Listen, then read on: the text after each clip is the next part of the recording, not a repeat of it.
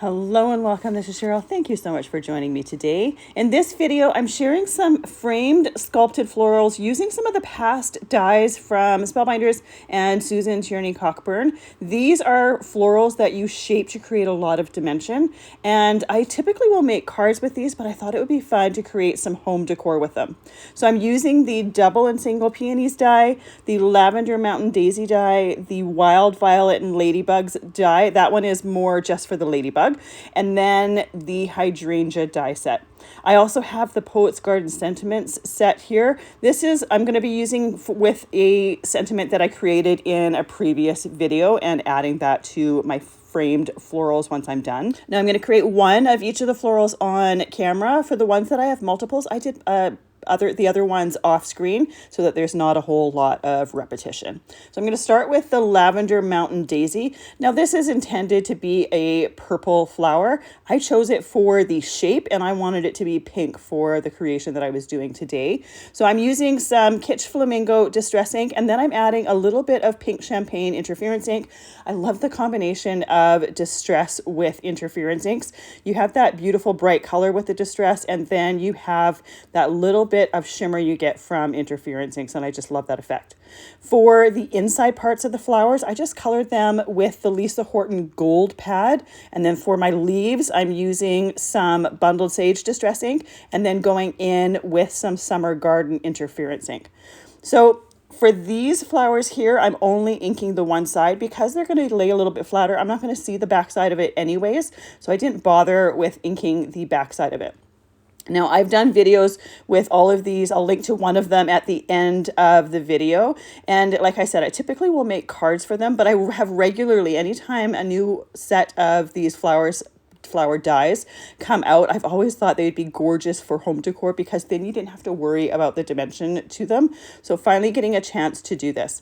I'm using a ball stylus for shaping my florals. Now the tool that I'm using is no longer available, but I have found a similar kit that I will link to in the description that you can use. I have a thick foam pad here. You need something underneath it that has some give to it so that you can press and shape those flowers with that soft surface underneath. This doesn't really work to shape them on a hard surface. You need something foam, and it needs to be fairly firm foam.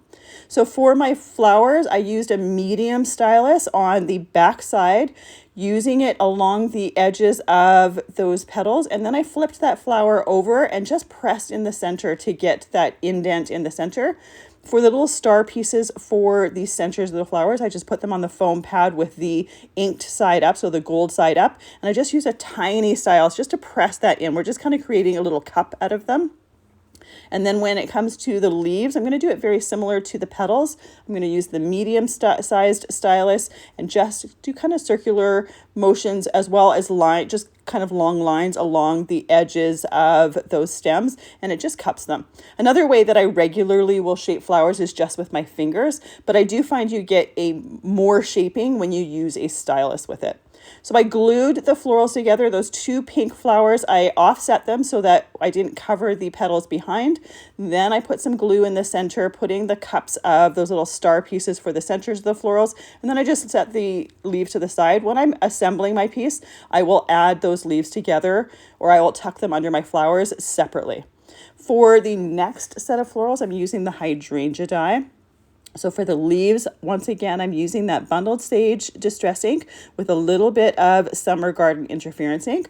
So when I'm doing the inking, I will make it darker towards the base of the leaf and lighter towards the tip. And then I'm just going to put the interference ink towards the base of the leaf. For my Hydrangea flowers, I'm using some Tumbled Glass Distress ink. Then I'm going in with some Opal Blush interference ink, and I'm using a detailed ink blending brush for this because I want it just to be in the center of those little Hydrangea flowers. I still want to be able to see the interference inks. I don't want to completely cover that. I want to have a combination of the two. I just think it looks a lot more interesting. Now, once I've had or put that interference ink on there, I went and took some pink champagne interference ink and just did a little bit on the edges of some of those florals. Hydrangeas are my favorite flowers, and I absolutely love it when they have tinges of other colors in them. So I wanted to kind of echo that with the florals.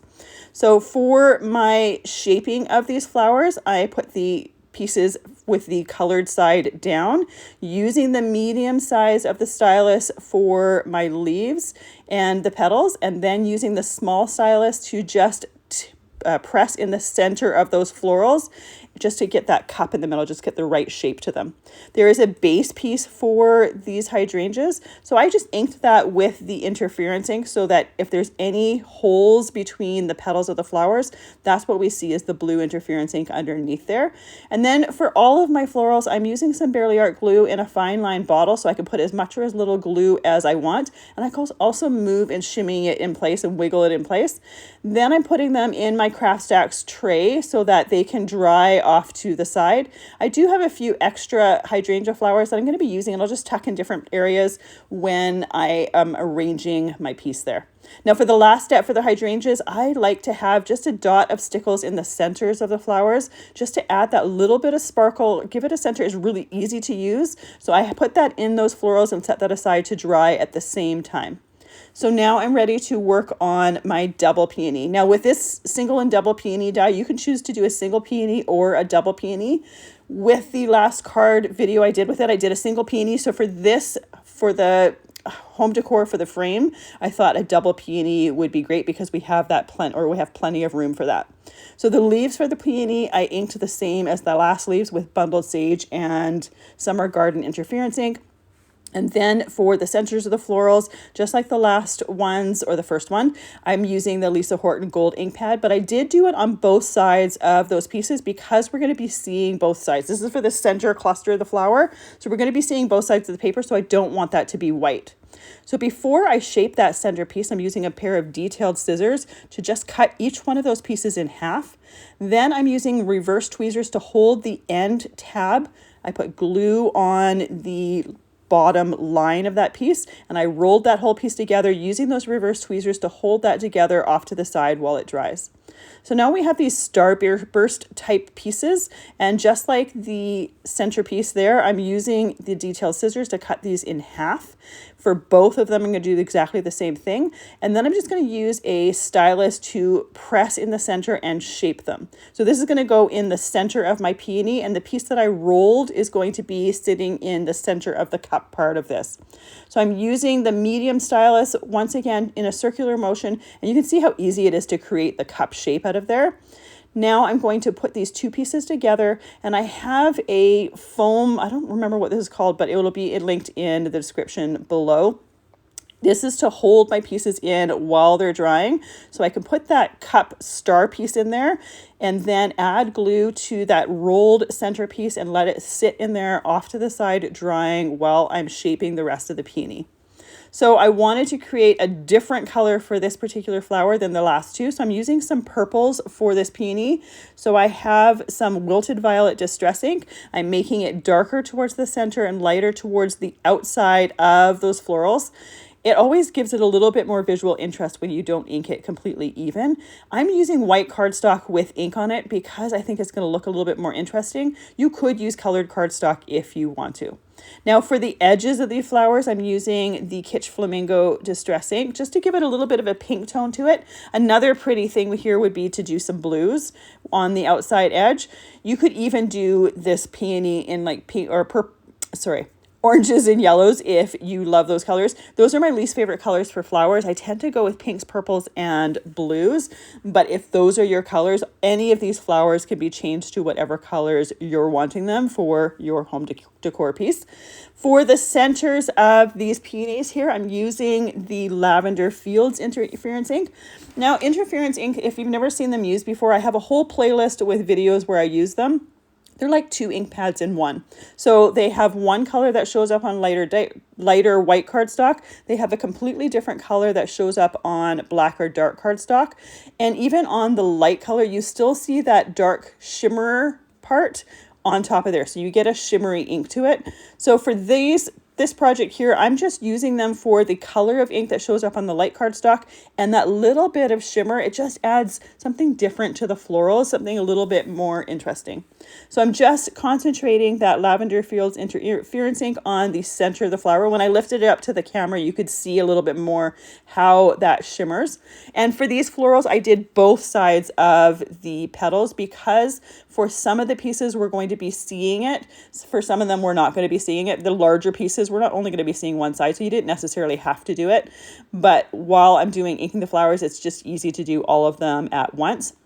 That way I didn't have to worry about which ones needed to be inked on both sides and which ones didn't. It's just done.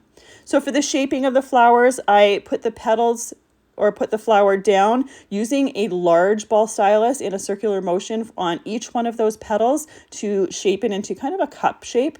Then I flip them over and press the center of it to create a divot.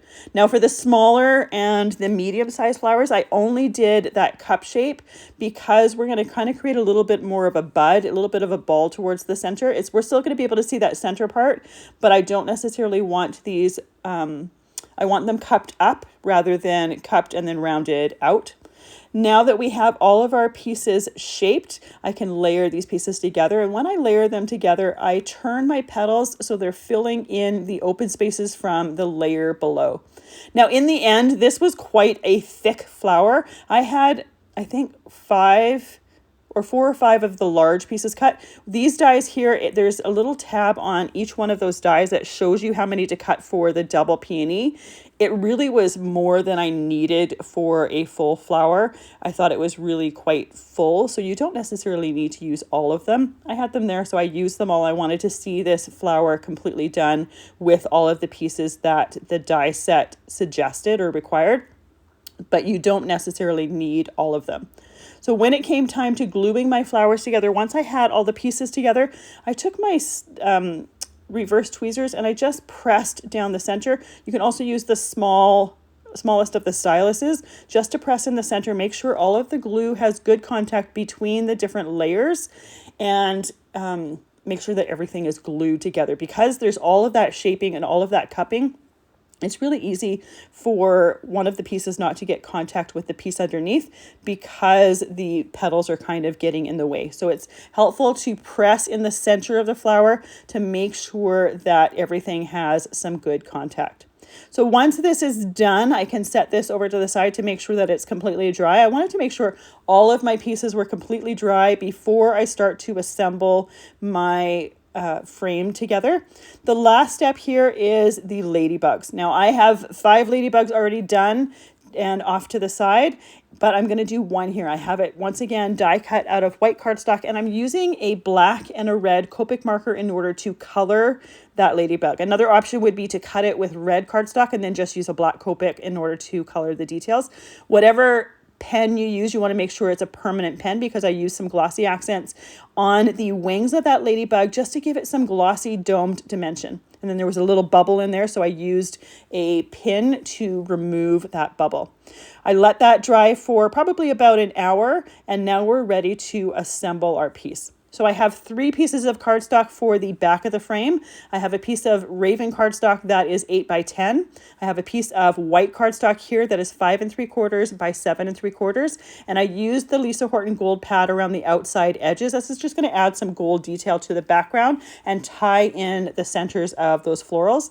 Now for my inner piece here, I'm using the Damask 3D embossing folder, and my cardstock size is 5.5 by 7.5 inches. This is going to add that textured, that embossed dimension to the background and just make the background a little bit more interesting than just, say, some plain black cardstock.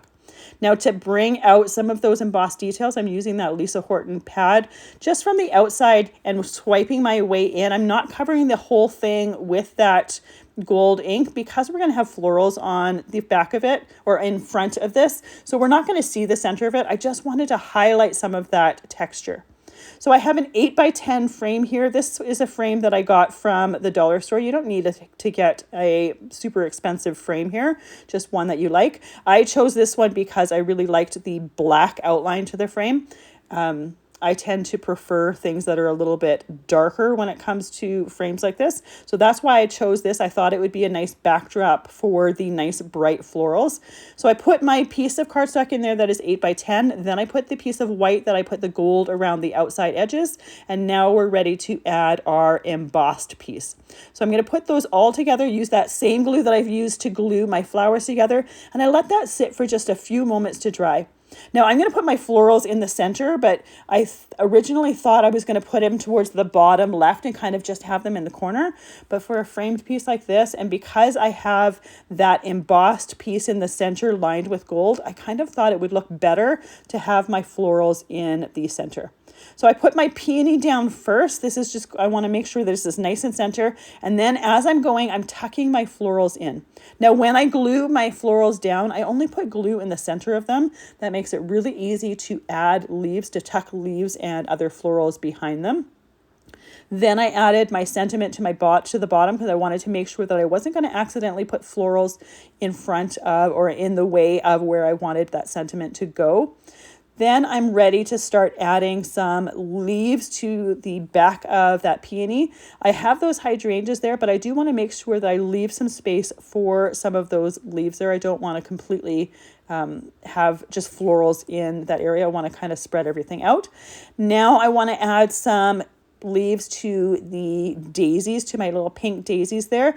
So each one of the die cuts, when I die cut them out, they cut 3 different leaves. So you don't necessarily need to use all of the leaves if you don't want to. If you put just 2 in there and you think that that is how you want it to look, then you don't necessarily have to. What I tend to do is put a couple leaves in there, and sometimes I'll double a leaf up, put 2 kind of together to cluster them together.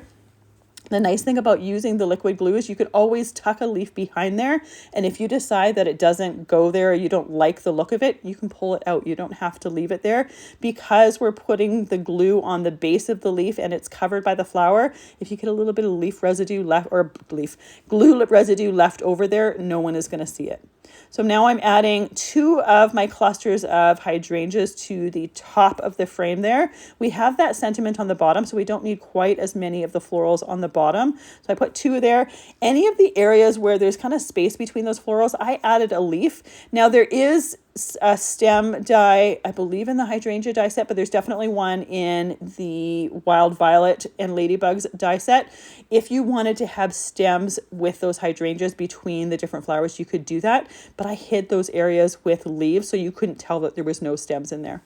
Then I added another cluster, a larger cluster, to the bottom right, and then my last smaller cluster I added to the bottom.